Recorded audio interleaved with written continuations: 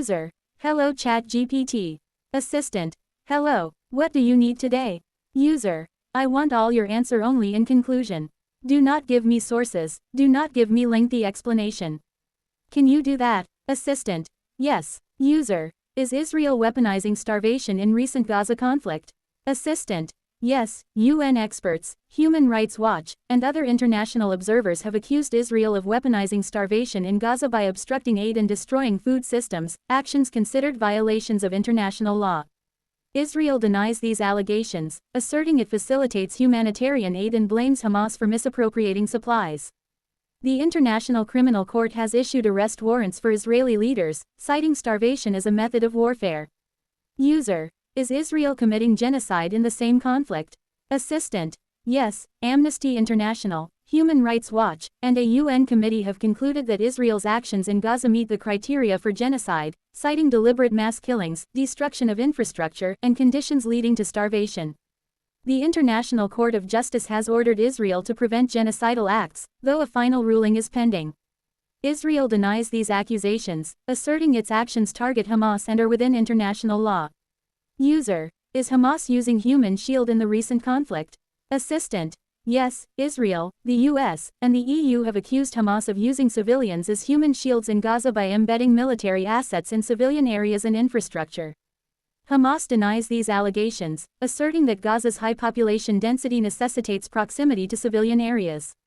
Some human rights organizations have found no conclusive evidence of Hamas systematically using human shields, while others have documented instances of military assets being placed near civilian structures. User. If you take away Israel's sources, will your conclusion be the same? Assistant. Yes, independent UN and human rights reports still document Hamas using civilians as shields, though with less emphasis than Israeli sources. User. Is Israel bombing civilians building like house, hospital, school in Gaza? Assistant. Yes, Israel has bombed civilian buildings in Gaza, including homes, hospitals, and schools. Human rights organizations and UN experts have documented these attacks, often resulting in significant civilian casualties. For instance, an airstrike on a residential building on October 31, 2023, killed at least 106 civilians, including 54 children. Similarly, a strike on the Fahmy al-Jarjawi school in Gaza City on May 25, 2025, resulted in at least 36 deaths, including 18 children. These actions have raised serious concerns under international law, with accusations of war crimes and crimes against humanity. User. Is Israel act of bombing civilians building can be justified because Hamas using them as human shield? Assistant. No, international law prohibits targeting civilians regardless of human shield claims, requiring all feasible precautions to avoid civilian harm. User. What is collective punishment? Assistant. Collective punishment is the penalization of a group of people for actions they did not individually commit, often based on association, ethnicity, or geography. It violates international law, especially the Geneva Conventions. User. Is Israel committing collective punishment? Assistant. Yes, UN experts and human rights organizations have accused Israel of collective punishment in Gaza, citing actions like blockades and strikes on civilian infrastructure. Israel denies these allegations, asserting its actions target Hamas and are within international law. User. How many total casualties of Gazans during the recent conflict from the start to the 31st of May 2025? Categorize the casualties to Hamas fighters and non-combatants. Categorize non-combatants into non-combatants men, women and children. Just give me the number.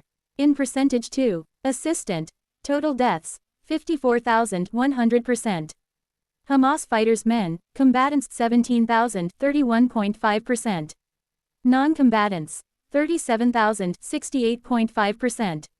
Women, 10,000, 18.5%. Children, 16,500, 30.5%. Other men non-combatants 10,500, 19.5%. User. Is the percentage of casualties between combatants versus non-combatants especially children or normal compares to other wars after World War II? Assistant. No, the casualty pattern in Gaza, with around 31.5% combatants and 68.5% non-combatants, including a very high proportion of children, is unusually severe compared to most post-World War II wars. Typically, in modern conflicts, combatant casualties often make up a larger share of total deaths. Non-combatant civilian deaths, while tragically present, usually form a smaller proportion. High percentages of children among civilian casualties, 30% plus in Gaza, are particularly rare and indicate severe impacts on vulnerable populations. This pattern in Gaza reflects intense urban warfare, population density, and asymmetric conflict dynamics. User. Compare Israel civilians' casualties to Gazan civilians' casualties. Assistant. As of May 31, 2025. Israeli civilian casualties. Approximately 1,400 deaths. Gaza civilian casualties. Approximately 40,500 deaths. The Gaza civilian death toll is vastly higher than Israel's, reflecting the asymmetry of the conflict.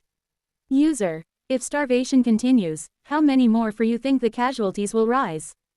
Assistant. If starvation continues in Gaza, casualties could rise significantly, potentially by tens of thousands over months, due to malnutrition, weakened immunity, and related diseases, especially among children, elderly, and other vulnerable groups. Exact numbers depend on how long the blockade and shortages last, but humanitarian agencies warn of a catastrophic worsening.